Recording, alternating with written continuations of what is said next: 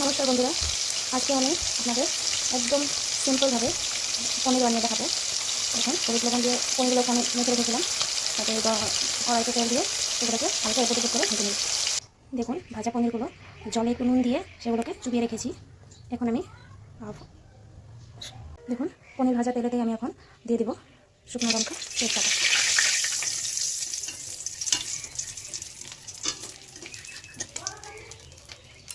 সাথে এড করবো গোটা জিরে। এখন দিয়ে দিব দুটো আলু আমি সিদ্ধ করে রেখেছিলাম, সিদ্ধ করে ভেঙে নিয়েছি। এখন এখানে দিয়ে দিব নুন আর হলুদ দিয়ে আলুগুলোকে অত ভেজে নিল। এখন আলুগুলো লালচে লালচে হয়ে গেছে। এখন আমি এখানে দিয়ে দেবো পেস্ট করে রাখা কাঁচা লঙ্কা, হলুদ গুঁড়ো, জিরে গুঁড়ো। নুন আমি আগেও অল্প এড করেছিলাম, আর পনিরগুলো নুন জলে শুকানো আছে, এখানে সেই জন্য আমি আর নুন দিব না। এগুলোকে মশলাটা হালকা ভেজে নেব। তাতে একটু লঙ্কা গুঁড়ো।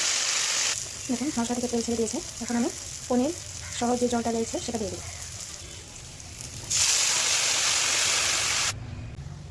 দেখুন, এখন আমি এটাকে 5-6 মিনিটের মতো রান্না হওয়ার জন্য ছেড়ে দেবো। বন্ধুরা, কত সুন্দর হয়েছে। আমি এখানে একটু চিনি অ্যাড করবো, সামান্য একটু।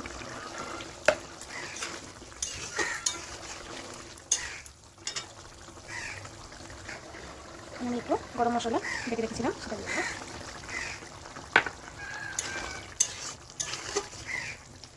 1 মিনিটের মতো আঁচটা কমিয়ে দিয়ে রেখে নামিয়ে দেবো। এটাকে আমি এখন একটা বড় পাত্রে ট্রান্সফার করে নেব।